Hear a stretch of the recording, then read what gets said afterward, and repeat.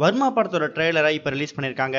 இயக்குனர் பாலா இயக்கத்தில் சியான் விக்ரமோட மகன் துருவ் விக்ரம் முதல்ல அறிமுகமாகிற படம் தான் வர்மா.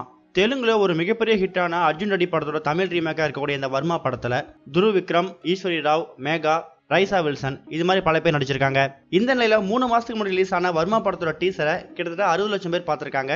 இப்போ இந்த படத்தோட ட்ரெய்லர் வெளியாயிருக்கு. இப்போ ரிலீஸ் ஆகிற இந்த ட்ரெய்லர்ல அர்ஜுன் ரெட்டி படத்துல பார்த்த நம்ம விஷயங்களை பார்க்க முடியுது. குறிப்பா ஹீரோ புல்லட் ஓட்டிட்டு வர்றது, அதே ஹேர் ஸ்டைல், இது மாதிரி பல விஷயங்களை பார்க்க முடியுது. இந்த ட்ரெய்லர்ல துருவ் விக்ரமோட பர்ஃபார்மன்ஸ் வேற லெவல்ல இருக்கு.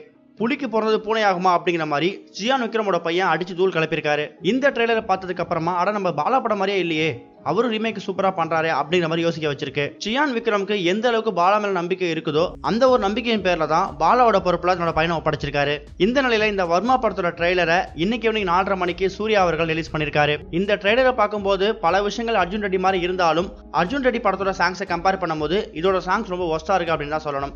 அது மட்டும் இல்லாம இது ஒரு பாலா பிலிம், கண்டிப்பா கிளைமேக்ஸ்ல எதுவும் சேஞ்சஸ் வச்சிருப்பாரு அப்படிங்கிற மாதிரி எதிர்பார்க்கப்படுது.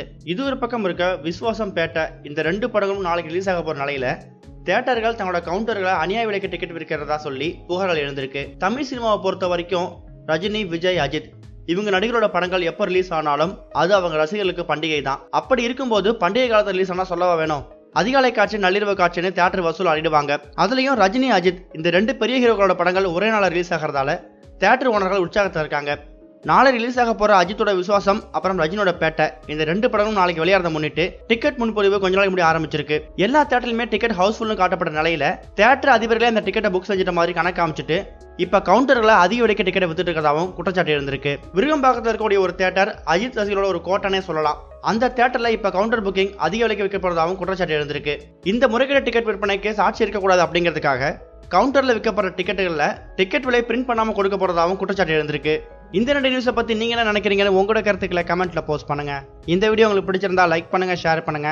கனெக்டிவிட்டியோட அப்டேட் தெரிஞ்சுக்கிறதுக்கு சேனலை சப்ஸ்கிரைப் பண்ணுங்க. இது வரைக்கும் கனெக்டிங் டிவிக்கு சப்ஸ்கிரைப் பண்ணனா மறக்காம சப்ஸ்கிரைப் பண்ணிக்கங்க. உடனடி அப்டேட்ஸ் பெறுவதற்கு நோட்டிபிகேஷன் பெல்லையும் கிளிக் பண்ணிக்கங்க.